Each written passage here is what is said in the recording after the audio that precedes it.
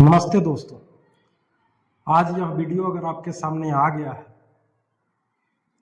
तो मैं अपने जीवन के उन अनुभवों के विषय में आज बात करने वाला हूं जो मुझे बहुत ज़्यादा सीख दिया है। इस वीडियो में किसी प्रकार का एडिटिंग नहीं है, कोई इसमें चाट मसाला वगैरह कुछ डाला हुआ नहीं है।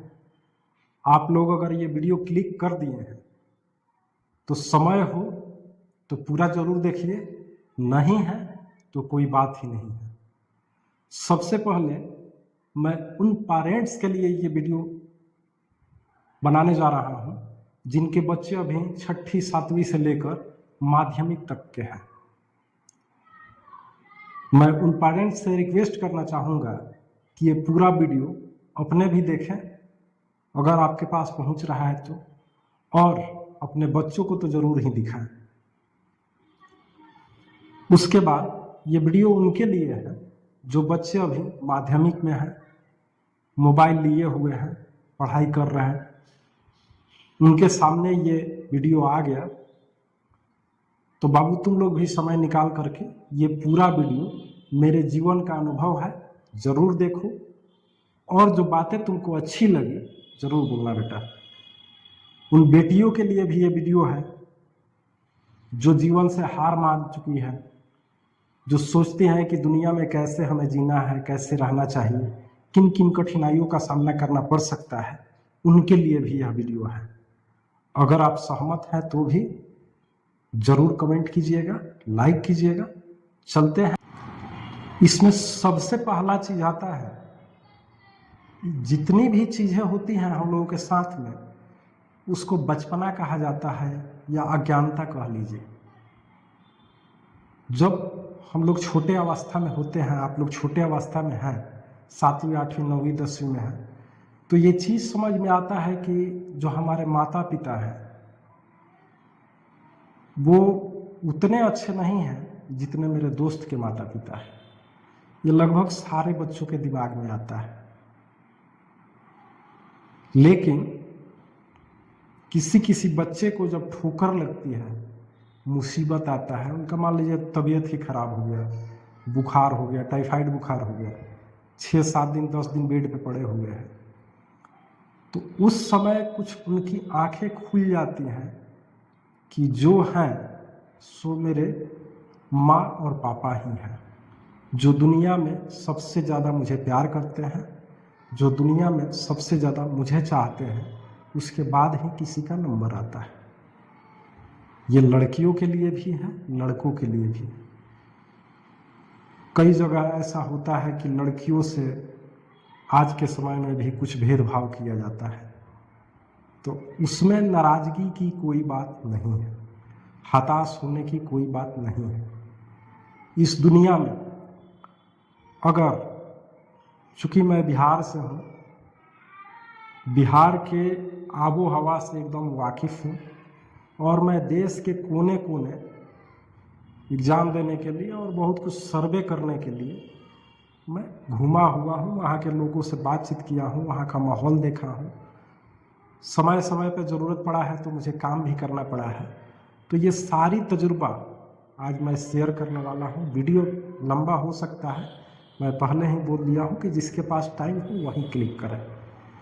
उसके बाद क्या होता है कि बच्चों के दिमाग में ये चीज़ आता है कि नहीं, मेरे माता पिता जो हैं मेरे लिए ही भगवान है, हमें उनको पूजना चाहिए, हमें उनकी बातों को मानना चाहिए, न कि अपने दोस्त को देख कर के कि नहीं मेरे माता पिता अच्छे नहीं हैं, मेरे दोस्त के माता पिता अच्छे हैं, उसके माता पिता अच्छे हैं। तो ऐसा हमें कतई नहीं करना है। अपने माता पिता गरीब हैं, लाचार हैं, जो भी हैं वही अपने हैं, दूसरा कोई अपना नहीं। पहला चीज़। दूसरा ये हो गया कि हम लोगों के दिमाग में छोटा में ही ये चीज़ आता है कि हो सकता है कि ये जो आदमी है ना, इसके पास पैसा रुपया है, ये हमको हो सकता है कि हेल्प कर देगा। मानसिक ऐसी परिस्थिति बनती है। लेकिन मैं आप लोगों को ये चीज़ बता दूं, मेरा अनुभव है कि ज़िंदगी में बिना स्वार्थ के, खास करके बिहार के इलाका में, कोई किसी का भैया हेल्प नहीं करता है। यहाँ तक कि भाई भाई का भी हेल्प तभी करता है अगर बड़ा भाई हर तरह से संपन्न है, आप भी उसके पीछे संपन्न हैं, तो आपको दिखेगा कि नहीं भैया कुछ थोड़ा सा हेल्प कर देते हैं तो मेरा कमी नहीं होगा। इस लालच में वो करता है कि हाँ भाई अगला भी मुझे करेगा। उसकी बीवी इस लालच में रहती है कि हाँ भाई अगला मुझे कर सकता है। आपका भाई अगर गरीब है, खुद उसको खाने पीने का ठीक नहीं है, तो आपका हेल्प वो क्या करेगा। तो आपके दिमाग में ये चीज़ रखना है कि हमें जो भी करना है अपने बल पे करना है। मैं शुरू में किस लिए बोला कि ये उन बच्चों के लिए वीडियो है जो 7वीं 8वीं से शुरू करते हैं अपने जीवन को, माध्यमिक में है। जैसे घर का नींव होता है वैसे ही आप लोगों का ये लाइफ का शुरुआती दौर है। तो यहीं से अगर आप लोग टारगेट कसिएगा कि हाँ भाई हमें खुद के बल पे ही कुछ करना है, तो आपके पास जो सिलेबस है, जो बुक्स है, उसको आप लोग अच्छा से पढ़िएगा।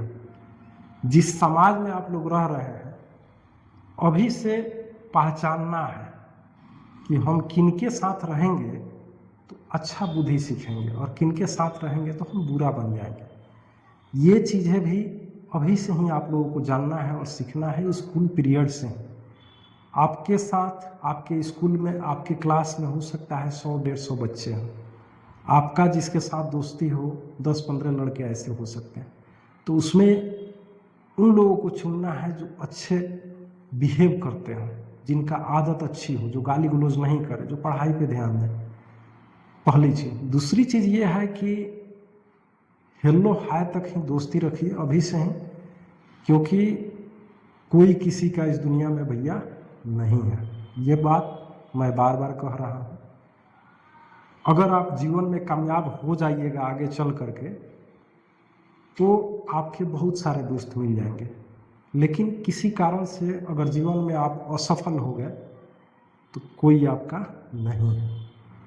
तो इस चीज़ पे भी हमें फोकस करना है कि अभी से ही हमें उस टाइप से पढ़ाई लिखाई करना है कि आगे चलकर हम अगर कोई नौकरी चाहें तो उसको पाने में हमें कोई परेशानी ना हो। मैट्रिक लेवल तक जाते जाते अगर हमको गवर्नमेंट जॉब में अगर इच्छा नहीं है, अगर गार्जियन उस लायक है कि हाँ भाई कोई कोर्स करा देगा, तो हम प्राइवेट की तरफ भी अपना रास्ता कर सकते हैं। तो उसके लिए हमें बेस जो है मैट्रिक तक का ही होता है, 10वीं तक का ही होता है, उसमें अच्छा से अपना शिक्षा दीक्षा कर लेना है। मैट्रिक के बाद 11th वगैरह हुआ, उसके बाद अपना टारगेट रखना है कि क्या करना है। ये नहीं कि भेड़ बकरियों के भीड़ में हमें जो अगला कर रहा है मैं भी वही करूँगा, वो कर रहा है मैं भी वही करूँगा। अपना एक चीज़ देखना है कि हम किस लिए बने, हमको क्या अच्छा लगता है। जबरदस्ती कुछ नहीं। ये चीज़ हो गया आपका बेस। हमें इस समय से ही ये चीज़ सोचना है कि आखिर हम क्या कर सकते हैं, हम किस लिए बने हैं। ये चीज़ कभी कभी दिमाग में हंट करता है कि फलाना आदमी जो है डॉक्टर है, फलाना चाचा डॉक्टर है, वो जिम चला रहे हैं, टीचिंग करते हैं। तो सबके जीवन से हमें कुछ ना कुछ सीखना है। कौन क्या कर रहा है, गांव में 2-4 गो चोरों रहता है, उस सब का भी जीवन कैसा है। तो इन सारे लोगों के जीवन से हमें कुछ ना कुछ सीखना है, कुछ प्रेरणा लेना है और अपने जीवन का निष्कर्ष निकालना है कि हम किस लिए बने हैं, हमको क्या करना है। और ये निर्णय 10वीं के आसपास के क्लास में आप जब रहते हैं तभी लेना पड़ता है, क्योंकि 11th के बाद आपको इन चीज़ों का कोर्स करना पड़ता है, अलग अलग डिवाइड हो जाता है कोर्स का, फिर करना पड़ता है। उसके बाद जैसे आपका रिमार्किंग रहता है, मार्क्स रहता है, जैसा आपका मेहनत रहता है वैसा फल मिलता है। चौथा चीज़ मैं आप लोगों को ये बताने वाला हूँ कि जीवन में हम लोगों का जो सिलेबस है, जो भारत सरकार का सिलेबस है या बिहार सरकार का सिलेबस है, इसमें कुछ नैतिक शिक्षा की जानकारी हमें नहीं दी गई है। नैतिक शिक्षा का मतलब ये हुआ कि हमें अपने से बड़ों का, अपने बराबरी के लोगों का और अपने से छोटों का समाज में किससे कैसे बातें करना चाहिए, किसके साथ कैसा व्यवहार करना चाहिए, समय समय पे हमें किस टाइप से अपना व्यवहार में चेंजिंग लाना चाहिए। ये चीज़ भी बहुत महत्वपूर्ण है, जो कि आपकी किताबी ज्ञान से नहीं बल्कि बड़ों के तजुर्बा से, आपके समाज के रहन सहन से और आपके परिवेश पे डिपेंड करता है कि जीवन में कभी भी अपने हालात को दोष नहीं देना है। अगर मैं गरीब हूँ, मेरे पिताजी अगर गरीब हैं, तो मेरा फर्ज बनता है कि मैं धनी बनूं। मान लीजिए कोई मोहन आपका दोस्त है, उसके पिताजी काफ़ी पैसे वाले हैं, वो नहीं भी कमाएगा तो उसका संसार चल बन जाएगा, लेकिन फिर वो जीवन क्या है जो थोड़ा सा मेहनत ना करे, थोड़ा सा अपना कर्म ना करे, दुनिया ना देखे, कुछ बनने लायक ना हो, तो उस जीवन का कोई महत्व नहीं है।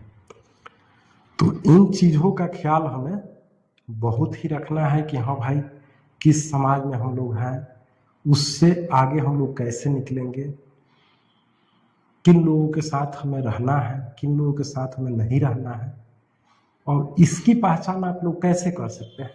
इसकी जो पहचान है खुद आपको ही करना है। बिहेव किस बच्चे का कैसा है, मान लीजिए कोई आपके साथ में है, अभी हम लोगों का एक दौर था कि नशा पताई का उतना चलन नहीं था, लेकिन अभी बच्चे स्कूली शिक्षा में भी कुछ गलत काम करते आ रहे हैं, तो उनको देख करके आपको साइड हो जाना है कि हाँ भाई वो ऐसा कर रहा है तो मुझे नहीं करना है, मैं ऐसा नहीं कर सकता। दूसरी चीज़ ये है कि वो स्कूल में जा रहा है तो कैसे क्या कर रहा है, किसके साथ कैसा बिहेव कर रहा है, गलत कर रहा है कि अच्छा कर रहा है, तो इन सारी चीज़ों को हमें ध्यान देना है। ये माँ बाप का पहचान का हो गया। आपको कैसे शुरुआत करना है लाइफ का, ये हो गया। दोस्तों को कैसे पहचानना है कि किसके साथ रहें, किसके साथ न रहें। अब बारी आती है कि हमें अपने समाज में, जिस गांव में हम लोग रह रहे हैं, गांव का स्थिति ये हो गया है कि ये जो हमारी सरकारें हैं, हमारी जो संविधान है, फ्री का लगभग लोगों को अनाज मिल जा रहा है खाने के लिए, फ्री का शिक्षा मिल जा रहा है, बुक्स वगैरह कुछ नहीं खरीदना है, ड्रेस वगैरह कुछ नहीं खरीदना है। यहाँ तक कि हमारे माननीय मुख्यमंत्री, जो पूर्व मुख्यमंत्री थे नीतीश कुमार जी, वो शिक्षा पे सरकारी स्कूलों में ऐसा नियम ला दिए कि बच्चों को गुरुजन लोग मतलब कि डंडे से या हाथ से नहीं पीट सकते हैं।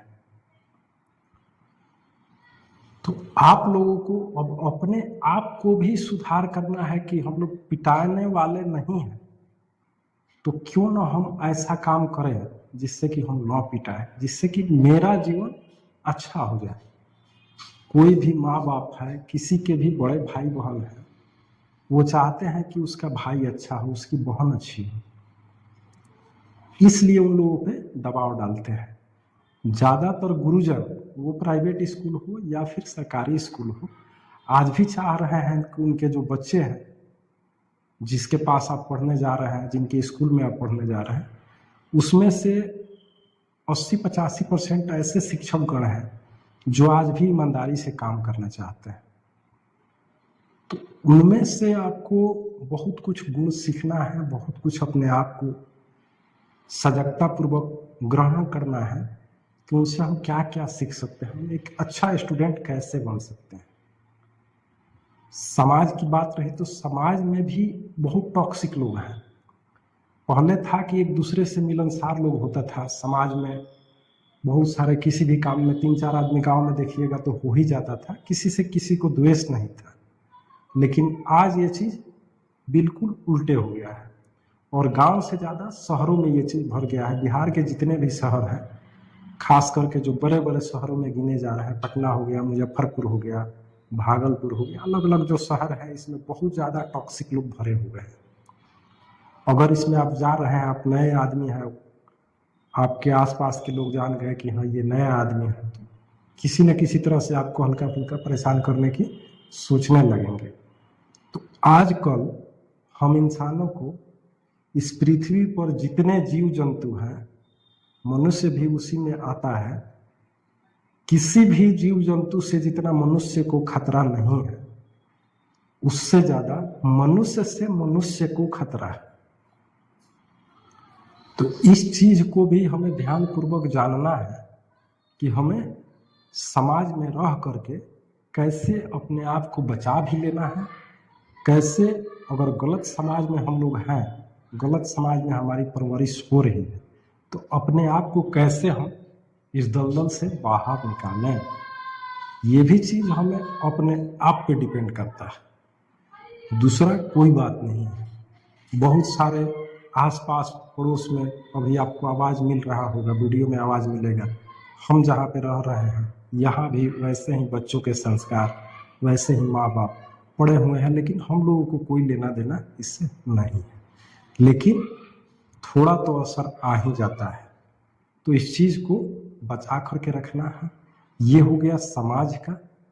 तीसरा चीज जीवन का नंबर वाइज देखा जाए तो छठा या सातवां नंबर ये चीज आता है कि अगर कोई पर्सन आपको बार बार नॉक कर रहा है, बार बार आपको पुश कर रहा है, परेशान कर रहा है, तो उसको इग्नोर कीजिए, उसको समझाइए। जब नहीं अच्छी हो रहा है तो उससे पहले दूर होने की कोशिश कीजिए। फिर भी अगर वो परेशान कर रहा है तो उसके साथ आपको डरने की जरूरत नहीं है। उसको आघात प्रहार कीजिए, ऐसा प्रहार कीजिए जिसको रोक ना पाए, जिसको वो झेल ना पाए, वो ऐसा प्रहार कीजिए। इस हिसाब से जीवन को जीना है। मान लीजिए आप करियर बना लिए, आपका नौकरी हो गया, तो भी आपको समाज में बच के रहना है। जिंदगी का एक ऐसा भी दौर आएगा जब आप पढ़ लिख करके कुछ कामयाब हो जाइएगा, या कम पढ़े लिखे में भी कुछ कामयाब हो जाइएगा। तो अगर आप किसी रास्ते से अच्छा पैसा कमाने लगे तो आपके पास वैसे लोग आएंगे जो स्वार्थी होते हैं ज्यादातर। मैं सबको इसमें नहीं शामिल कर रहा हूं, लेकिन 90% ऐसे पर्सन होते हैं जिनको आपसे कुछ ना कुछ स्वार्थ है। इन लोगों से आप बिल्कुल दूर रहिए, दूरी बना के रखिए, अपने परिवार को भी दूर रखिए। और एक चीज है कि अगर आप किसी सरकारी पद पे, खास करके राज्य सरकार में चले गए, तो यहाँ पे ऐसे दुष्ट, ऐसे नकाबपोश लोग हैं जो कपड़े के आड़ में गरीब जनता की निवाला खा रहे हैं। कपड़े के आड़ में, पद के आड़ में बहुत लोगों को परेशान भी कर रहा है, आम जनता को काफी परेशान भी कर रहा है। एक खेत का रसीद कटाने जाइए, दाखिल खारिज कराने जाइए, कोई आपको परेशान कर रहा है, थाने में चले जाइए। आपका तबीयत खराब हो, चिकित्सा कराने चले जाइए। आपका कोई भी काम है, आपका पासपोर्ट है, उसका वेरिफिकेशन कराने चले जाइए। A to Z कोई भी काम है, यहाँ तक कि अगर आप नई गाड़ी खरीद लिए हैं, आप लेके चल रहे हैं, तो वैसे समाज में लोगों को पेट में दर्द होने लगता है। तो इन टॉक्सिक लोगों से भी हमें बच के रहना है। और अगर आप उस पद पे चले गए या आप उस पद पे हैं, तो कृपया करके किसी भी आदमी का, किसी भी व्यक्ति का हनन मत कीजिए। आपकी जो पेमेंट की जो सैलरी की सीमा है, मान लीजिए 50,000 है, 60,000, अरे ज़्यादा महंगी गाड़ी पे नहीं घूम सकते हैं, 1-1.5 लाख की तो गाड़ी पे घूम सकते हैं ना। ज़्यादा बढ़िया खाना नहीं खाएंगे, खा तो सकते हैं। खूब ब्रांडेड कपड़ा नहीं पहनेंगे, एक को दो पहनेंगे ना जी, लेकिन दूसरे का देख करके माथा काहे फोड़ेंगे, काहे भ्रष्टाचार करेंगे। अपने आत्मा से, अपने दिल से पूछिएगा तो ये चीज आपको आवाज देगा। मेरा वीडियो अगर आप तक पहुंच गया है तो ये चीज दिमाग में जरूर रखना है कि हाँ भाई, हमें भ्रष्टाचारी नहीं बनना है। हमेशा ये चीज रखना चाहिए दिमाग में कि अगर हम उस लायक हैं, हमें कोई व्यक्ति दिख रहा है जो असहाय है, जिसको दिक्कत हो रही है, जिसको परेशानी हो रही है, तो अगर हम हेल्प कर सकते हैं तो सोच समझ करके, देख करके कि वाकई वैसा है कि नहीं है। क्योंकि आजकल उन लोगों के भेष में भी काल नेमी घूम रहे हैं, यानी कि दिखाने के लिए कुछ और है, लेकिन वो अंदर से बहुत ही खतरनाक है, आपको ही फेरे में डाल सकते हैं। तो ये चीज़ का ध्यान रख के उनका हेल्प करना है। ये चीज़ भी मानवता का एक नियम है। चूँकि अभी जो जितनी भी भारत में सरकारें पहले भी आए, अभी भी जो है या आते जाते जो रही हैं, उनका एक ही मकसद रहता है, कोई गरीबी हटाओ, कोई गरीबे को हटाओ। ऐसा कर कर के ये लोग अपना राजपाट चलाते हैं। पब्लिक को कोई जाति में विभाजित करता है, कोई धर्म में विभाजित करता है, कोई क्षेत्र में विभाजित करता है, और इसी तरह से ये लोग राज करते हैं। अभी जो एक नियम निकला है, निकलने वाला था, प्रधानमंत्री मोदी जी हिंदुत्व क्या क्या बात कर रहे थे, यूजीसी एक कानून लाने वाले थे। इसमें 3-4 जाति जो आती हैं, जो बड़े कास्ट में गिनी जाती हैं, उनके बच्चों के ऊपर कुछ भी हो सकता था। और छोटे कास्ट के जो लड़के हैं, छोटा कास्ट मेरे हिसाब से वही होता है जो छोटा कर्म करता हो। छोटा और बड़ा कास्ट मेरे हिसाब से तो कुछ नहीं, लेकिन इन नेताओं के हिसाब से बैकवर्ड और फॉरवर्ड ऐसा होता है, तो उसको बिना सोचे समझे जेल किया जा सकता है। तो ये किस में द्वेष पैदा किया जा रहा है? नेता अपना अलग मजा ले रहा है, प्रशासन अपना अलग मजा ले रहा है, फंस कौन रहे? आप और हम, आपके बच्चे और हमारे बच्चे। तो इनसे भी सतर्क रहना है, इनके नियम से भी सतर्क रहना है, अपने करियर पे ध्यान देना है, और अपने को कैसे आगे बढ़ा लें, अपने को कैसे टॉक्सिक पर्सन से बचा कर रखें, अपने को कैसे समाज के दुराचारियों से बचा कर रखें, ये चीज़ का भी ध्यान रखना है। उन बेटियों से मैं ये कहना चाहता हूँ कि अपनी सेफ्टी बेटा आपके हाथ में है। आपके साथ कोई भी अगर मीठी मीठी बातें कर रहा है, कोई आपको कोई गिफ्ट कर रहा है, कोई सामान दे रहा है, तो उसमें 99.9% ये चीज़ समझिएगा कि उसका स्वार्थ जो है उसमें छुपा हुआ है। तो आप कोशिश कीजिए कि उसकी मानसा जानने की। दूसरी चीज़ ये है कि अपनी लालच तो एकदम नहीं रखना है। दिमाग में ये चीज़ भर लेना है कि हाँ, हम जब काबिल होंगे तो हम कर लेंगे। बाई चांस अगर नहीं हुए, मान लीजिए कि मैं नॉर्मल फ़ोन अभी चला रहा हूँ, मेरे पास 5 लाख का फ़ोन आ जाए, 2 लाख का फ़ोन आ जाए, तो मैं क्या कर सकता हूँ? 1 दिन या 2 दिन के लिए मुझे ज़्यादा ये रहेगा कि हाँ, इतना का मुझे रहेगा। 2-4 लोग देखेंगे तो कहेंगे हाँ फ़ोन, लेकिन आपके अंतरात्मा पे इसका क्या प्रभाव पड़ेगा? कुछ नहीं प्रभाव पड़ेगा। तो जितने में है उतने में जीना हमें सीखना होगा। लालच, ये जो लालच शब्द है ना, बहुत कुछ करवा देता है। अभी मैं पीछे बोला भ्रष्टाचार के विषय में, तो भ्रष्टाचार ये लालच ही करवाता है कि मेरा सहपाठी इतने आगे चला गया, मेरे साथ बहाल हुआ था, मैं यहीं रह गया। तो इसके चलते ये बहुत ज़्यादा बढ़ते जा रहा है। तो इससे सतर्क रहना है। समाज में दुराचारियों से भी सतर्क रहना है, बच्चों को भी, बच्चियों को भी, और अपने कर्म पे विशेष ध्यान रखना है कि हम ऐसे क्या करें कि बहुत आगे जाएं। हमारी जो शिक्षा प्रणाली है, इसमें नैतिक शिक्षा नहीं दी गई है। इसको जानने के लिए हमें अपने बड़ों को कैसे किसके साथ व्यवहार कर रहे हैं, किसके साथ रह रहे हैं, कैसे लोगों के साथ हमें रहना चाहिए, किस तरह से बात करना चाहिए, कहाँ जाना चाहिए, कहाँ नहीं जाना चाहिए, ये चीज़ देखना और सीखना है। संभव हो तो हमारे जो ग्रंथ हैं, रामायण हो गए, महाभारत हो गए, रामचरितमानस हो गए, गीता वगैरह आता है, तो इसमें श्लोक के द्वारा हम लोगों को बहुत कुछ सिखाई जाती है कि कैसे किस प्रकार से हमें रहना है। तो इन सब चीज़ों को भी ध्यान में रख करके हमें बहुत कुछ सीखना है। नेक्स्ट टॉपिक ये है कि हमको कोई बार बार छेड़ेगा तो हम उसको छोड़ेंगे नहीं, लेकिन कब? मान लीजिए कि आप रास्ते में लड़की हैं, जा रही हैं, सिंगल लड़का आपको आया, लगा छेड़ने, कोई व्यक्ति, कोई मवाली, कोई गुंडा, कोई चोर, कोई बदमाश आ करके लगा आपको छेड़ने, तो आप चिल्लाइएगा कि अपने आप को उतना स्ट्रांग बना करके रखिएगा कि उसकी हड्डी तोड़ने की कैपेबिलिटी आप में होनी चाहिए, उसकी गर्दन तोड़ने की कैपेबिलिटी आप में होनी चाहिए। पहले निष्ठा ये रखिए कि हम उसको तोड़ेंगे, बाद में चिल्लाएंगे। तो कब अपने आप को पूरा मजबूत बना लीजिएगा तब। जीवन में ऐसी बहुत सारी सीखें हैं जो मैं पहले भी बताया कि दूसरे पे आशा रखना कि हाँ अगला आदमी है हमको कुछ हेल्प कर देगा, दया का भाव दिखा देगा, तो इससे एकदम दूर रहना है।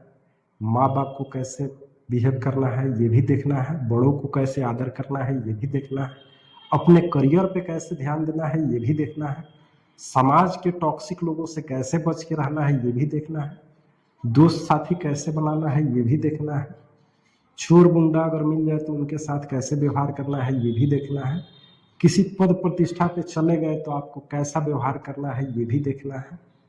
और ये मेरी जीवन की अपनी तजुर्बा है। मैं मैट्रिक इंटर बीकॉम वगैरह में गया तो मुझे आशा रहता था कि हाँ भाई वो भैया है ना थोड़ा हेल्प कर देंगे, मुझे गाड़ी खरीद देंगे, मुझे मोबाइल खरीद के दे देंगे, मुझे आप अच्छा कपड़ा खरीद देंगे। मैं आसान्वित होकर के जाता था, लेकिन मुझे सिर्फ संतावना मिलता था। उसके बाद कुछ पैसों का हेल्प वगैरह बहुत सारे लोगों से ऐसा नहीं था, एक दो ही पर्सन से था। बाद में चलकर ये चीज़ समझ में आया कि अगर कोई हमको हेल्प करता है, कोई हम लोगों को किसी प्रकार से सहायता करता है, तो या तो उसका स्वार्थ जुड़ा रहता है या तो दया के भाव से ये करता है, जो कि आपके मन को विक्षिप्त करता है, आपके मनोबल को गिराता है। तो इन चीज़ों से भी हमें बच के रहना है। खास करके आप गांव के माहौल में रह रहे हैं, आप गांव में रह रहे हैं, तो हम लोगों के समय में ऐसा कुछ नहीं था। आज SC ST एगो एक्ट बना है, तो इसमें जो बैकवर्ड क्लास के लोगों के बच्चे हैं, हम लोगों के बैच के जो बच्चे हैं, आज भी हम लोग बैठ करके साथ में खाना खाते हैं। मैं चूँकि ब्राह्मण हूँ, आज भी हम लोग बैठ करके खाना खाते हैं, साथ में बैठ करके बातचीत होता है, एक दूसरे के घर फंक्शन में जाते हैं, लेकिन सभी के साथ नहीं। हर जाति में, हर व्यवस्था में दुराचारी है। SC ST में भी है, बड़े कास्ट में भी हैं। तो इन लोगों से भी हमें सतर्क रहना है। जो अच्छे प्रभाव के लोग हैं, जो अच्छा वातावरण में बच्चा पढ़ लिख रहा है, उससे हमें अवश्य ही दोस्ती करना चाहिए, उसके साथ मिलना जुलना चाहिए। लेकिन जो टॉक्सिक है, दुराचारी हैं, वो बड़े कास्ट के हो, छोटे कास्ट के हो, उससे हमें कोई मतलब नहीं है। लेकिन हमें अपने लेवल का बंदा चुनना है कि इसके साथ हम बातचीत कर सकते हैं, रह सकते हैं। जब आप सफल हो गए, उसके बाद आपको पूछने वाला कौन है? कोई नहीं। शादी विवाह हो गया, बाल बच्चे हो गया, ड्यूटी गया, इसी में जीवन आपका खत्म है।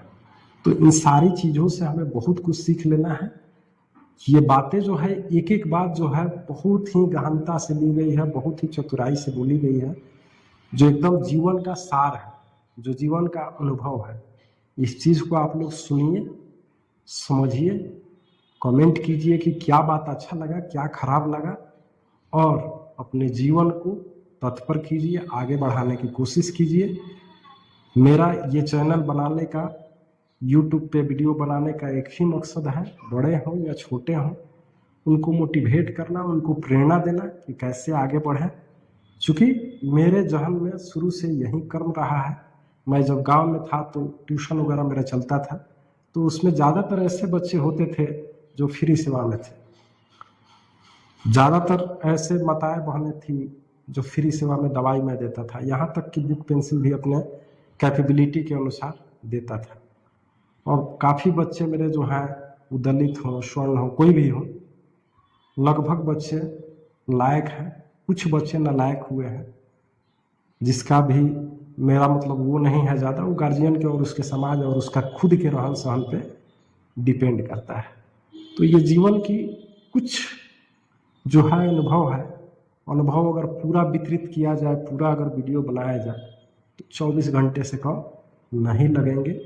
लेकिन इतना भी अगर आप लोग देख लिए, कुछ सीख लिए, तो छोटों के लिए मेरा आशीर्वाद हमेशा बना हुआ है। आप लोग अगर कमेंट कीजिएगा कि नहीं भैया एक वीडियो और डालिए, कुछ और हम लोगों को बताइए, तो मैं ज़रूर बताऊंगा। गार्जियन अगर पेरेंट्स देख रहे हैं, हमसे बड़े हैं, वो भी अपना सलाह दे सकते हैं। और वीडियो देख लेने के बाद कमेंट तो ज़रूर ही कीजिएगा, क्योंकि ये वीडियो जो है काफ़ी कम लोगों के पास पहुंच रहा है मेरा अभी, यूट्यूब जो है पुश नहीं कर रहा है वीडियो को, तो मुझे कोई इतराज़ नहीं है। चैनल रहेगा, वीडियो बनते रहेगा, तो आज नहीं तो कल पुश करेगा। और मेरे इस प्रेरणा से, मेरे अनुभव से 10-20 लोग भी प्रेरित होकर के अगर अच्छा मार्ग अपना लेते हैं तो मैं तो भैया धन्य हो गया। इससे ज़्यादा मुझे कुछ नहीं चाहिए। आज के इस बदहाली दुनिया में, आज के इस हरामी पंथी वाली दुनिया में, आज के इस हरामखोरों से भरी दुनिया में अगर 10-20% भी अच्छे लोग निकल जाए तो भैया इससे ज़्यादा क्या है ज़िंदगी में, इससे ज़्यादा क्या चाहिए। मेरा यही थोड़ा सा अनुभव है जीवन के, अभी कर्मों का अनुभव, अलग अलग शहर में जाने का, अलग अलग लोगों से बात करने का, अलग अलग जगह पे काम करने का, ये अनुभव अभी बाकी है। शिक्षा दीक्षा, जो उच्च स्तरीय शिक्षा मैंने ग्रहण किया है, किस किस लोगों से बातचीत हुई, कैसे कैसे लोग मिलते हैं, ये सब भी है। उसके बाद अगर आप चाहते हैं कि हाँ सिलेबस किस टाइप से, मैट्रिक के बाद क्या किया जाए, क्या करने के लिए क्या पढ़ना पड़ेगा आज के दौर में, किसका किसका बुक्स हम पढ़ें, कौन सा जगह पे एडमिशन लें, तो ये सब चीज़ें भी मैं, आप लोग अगर कमेंट कीजिएगा तो एक एक टॉपिक पे एक एक चीज़ आराम से बता दूंगा। क्योंकि वो सारी चीज़ों का नॉलेज मेरे पास है, तजुर्बा है, बहुत दिनों का अभ्यास भी है। अगर आप लेना चाहते हैं तो काफ़ी कुछ भगवान ने दिया है इस दिमाग में, बस आप लोग लीजिए। केवल कमेंट कीजिए, सवाल कीजिए, बोलिए, उस पर भी वीडियो बनेगा। तो आज के लिए इतना ही। धन्यवाद आप सभी का कि आप लोगों ने इतना समय दिया, और आज के लिए इतना ही। प्रणाम, नमस्कार।